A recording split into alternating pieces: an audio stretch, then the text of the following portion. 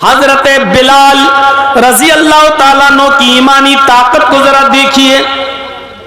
हजरत बिलाल रजी अल्लाह ताला अन्हु की ईमानी ताकत को जरा देखिए।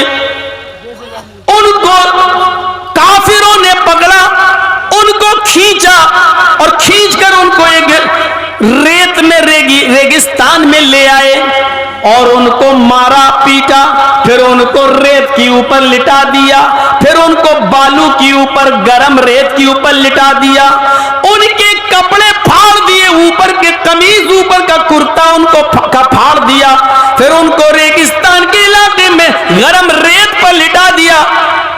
इतना ही नहीं, भारी पत्थर लाया गया और वो भारी पत्थर लाकर उनके सीने के ऊपर रख दिया गया। भारी पत्थर सीने पर रखने की वजह से, गरम रेत की वजह से उनकी पीठ जलने लगी, चहकने लगी।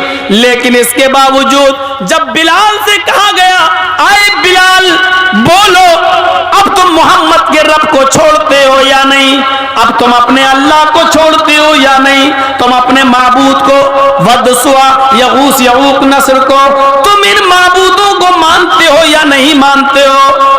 हजरत बिलाल अकेले हैं, काफिरों की एक बड़ी तादाद उनके साथ मौजूद है, उनके ऊपर जुल्म और सितम हो रहे हैं। बिलाल को नंगी जमीन पर लिटा दिया जाता है और भारी पत्थर उनके ऊपर रख दिया जाता है। मेरे भाइयों, इसके बावजूद जब कहा जाता है बिलाल मोहम्मद के रब के ऊपर से अपना ईमान हटाओ, मोहम्मद के रब के ऊपर से अपना ईमान हटाओ, तो हजरत बिलाल ऐसे मौके पर अपनी जबान से जुमला निकालते हैं, अल्लाहु अहद अल्लाहु अहद अल्लाहु अहद। आए काफिरो, तुम्हें जितना मारना हो मार लो, जितना पीड़ना हो पीड़ लो, जितना सताना हो सता लो, लेकिन मैं अपने रब के ऊपर से ईमान नहीं हटा सकता। अल्लाह एक है, अल्लाह एक है, अल्लाह एक है, मैं उसकी इबादत करता था, करता हूं और करता रहूंगा। मैं मोहम्मद के रब को अपना रब मान चुका हूं, उससे पीछे नहीं फिर सकता। वही बात आ गई है, अकेले हैं बिलाल लेकिन किसी से नहीं डर रहे हैं। बिलाल के अंदर ये ताकत अगर किसी चीज ने पैदा की है तो वो ईमान की ताकत है। जब ईमान किसी के अंदर आ जाता है, जब ईमान किसी के अंदर पैदा हो जाता है, जब ईमान का जज्बा किसी के अंदर पैवस्त हो जाता है, तो फिर वो न किस दुश्मन से डरता है, ना मुखालिफ से डरता है, न काफिरों से डरता है, न बादशाह से डरता है, इसलिए कि वो जानता है कि मैं अकेला नहीं हूं, मेरा रब मेरे साथ है, मेरा परवरदिगार मेरे साथ है। हजरत खुबैब की दास्तान को कौन नहीं जानता, जिनको सूली पे लटकाया जाना है, जिनको सूली पे लटकाया जाना है, सूली पर तख्ते पदार पे लटकाया जाना है, और जब उनको तख्ते पर ले जाया गया, सूली पर ले जाया गया, फांसी के फंदे के करीब ले जाया गया, और फांसी का फंदा उनके गले में जब डाला जाने लगा तो हजरत खुबैब से कहा गया, आए खुबैब, आज तो तुम भी सोच रहे होगे कि जिस मोहम्मद की वजह से मुझे इतनी तकलीफ उठाना पड़ रही है, मेरी जान तक जा रही है, आज मोहम्मद इस जगह पर होते और मैं बच जाता, मोहम्मद के मेरी जान बच जाती और मोहम्मद मारा जाता।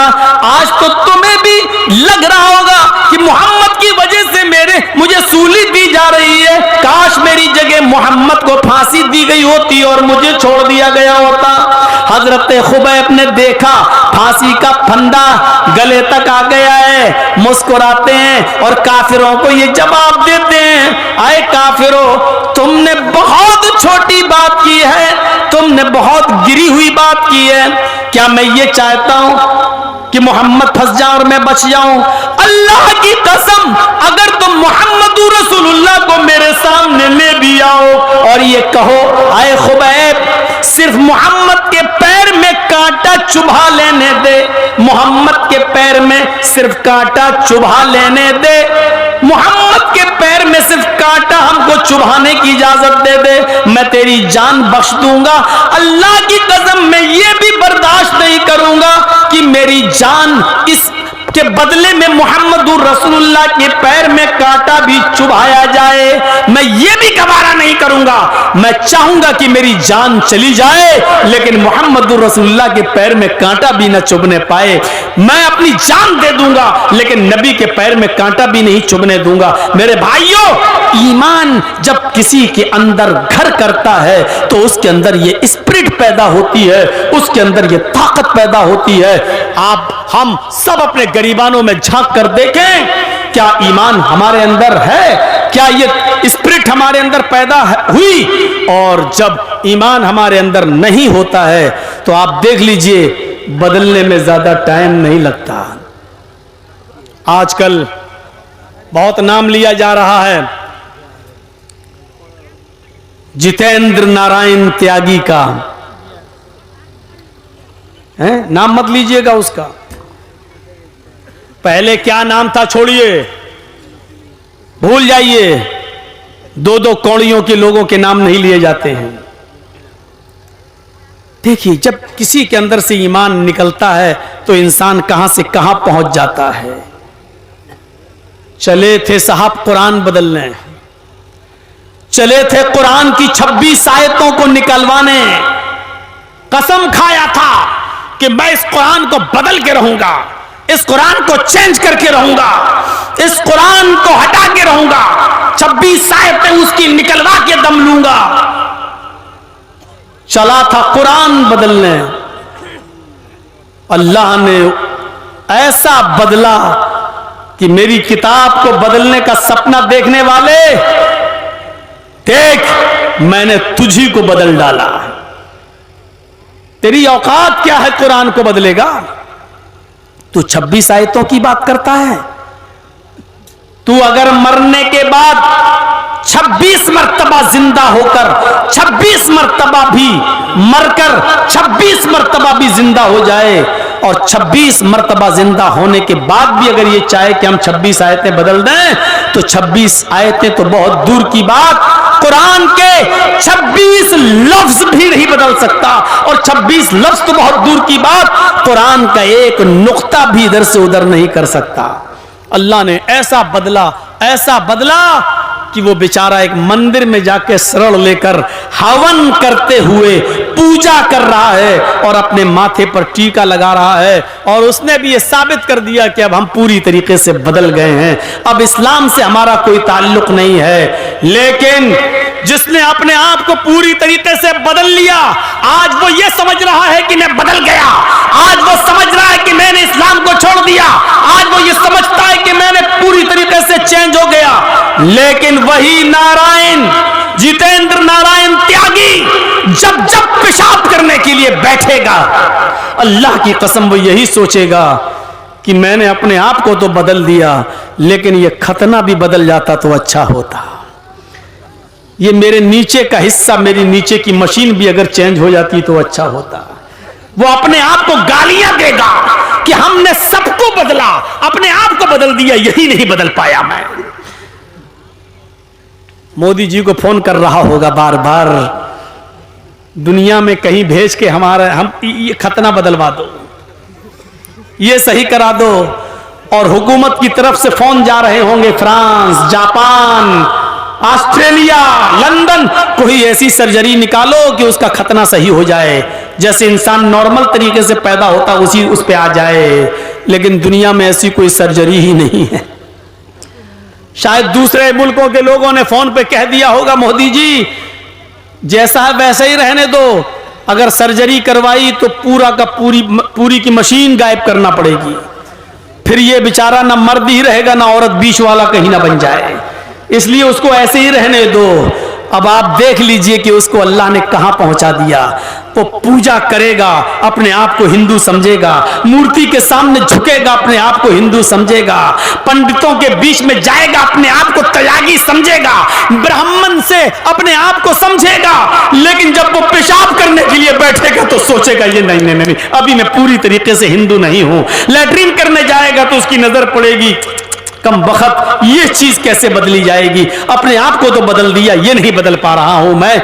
ये चीज उसको जिंदगी भर कोसती रहेगी, ये चीज उसको जिंदगी भर एहसास दिलाती रहेगी, और वो खुद सोच रहा होगा बेचारा कि ये मेरा क्या हो रहा है, ये क्या हो गया, और जिंदगी भर ये चीज उसका पीछा नहीं छोड़ेगी। इसको कहते हैं मेरे भाइयों ऊपर वाले की मार।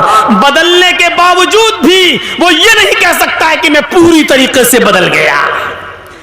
पूरी तरीके से इस्लाम को छोड़ने के बावजूद वो ये नहीं कह सकता कि मैं ऊपर से नीचे तक पूरी तरीके से मैं हिंदू हूं। वो ये नहीं कह सकता है, क्योंकि हिंदू भाई हमेशा यही गाली देते हैं हमें, कटुए कटुए कटमुल्ले कटुए, हमको जिंदगी भर यही गाली देते हैं।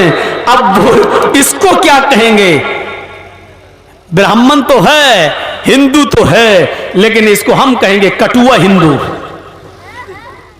तसव्वुर करो कि ये चीज पंडितों को भी सोने नहीं दे रही है, ये चीज उसको हिंदू बनाने वालों को भी सोने नहीं दे रही है। और वो यही बहुत से लोगों ने कह भी दिया, हट ये हिंदू कैसे हो सकता है, इसका तो खतना हो गया है, ये खतना सही कराए तब हम इसको हिंदू। बहुत से हिंदू संगठनों ने ये कह दिया है, तंजीमों ने ये कह दिया है कि हम इसको हिंदू मानते ही नहीं है। मेरे भाइयों एक ही मंदिर के पुजारी ने न कहा है, लेकिन बहुत से लोगों ने उसको हिंदू मानने से भी इनकार कर दिया है। आने वाला वक्त देखिएगा, जो अपने बाप का ना हो, जो अपनी मां का ना हो, वो किसी और का भी नहीं हो सकता है। आने वाला वक्त देखिएगा, जो हाल सलमान रश्दी का हुआ, जो हाल तस्लीमा नसरीन का हुआ, जो हाल तारिक फतह का हुआ, वही हाल इसका होगा। आज सलमान रश्दी को भी जब उसने कुरान के खिलाफ आवाज उठाई तो दूसरे लोगों ने उसको हाथों हाथ लिया, ईसाइयों ने हाथों हाथ लिया, अमेरिका ने हाथों हाथ लिया, लंदन वालों ने उसको हाथों हाथ लिया, लेकिन जब वो अपने मजहब का ना हुआ तो दूसरों का कैसे हो जाएगा? जब उसने ईसाइयत पर कीचड़ उछाला, जब उसने यहूदियत पर भी किताब लिखी तो उन लोगों ने भी उसको वहां से निकाल दिया। तस्लीमा नसरीन का यही हाल हुआ, जब उसने इस्लाम के खिलाफ किताब लिखी लज्जा, तो उसको दूसरे मुल्कों ने बहुत सराहा, लेकिन जब उसने दूसरे मुल्कों में जाकर जब उनके मजहब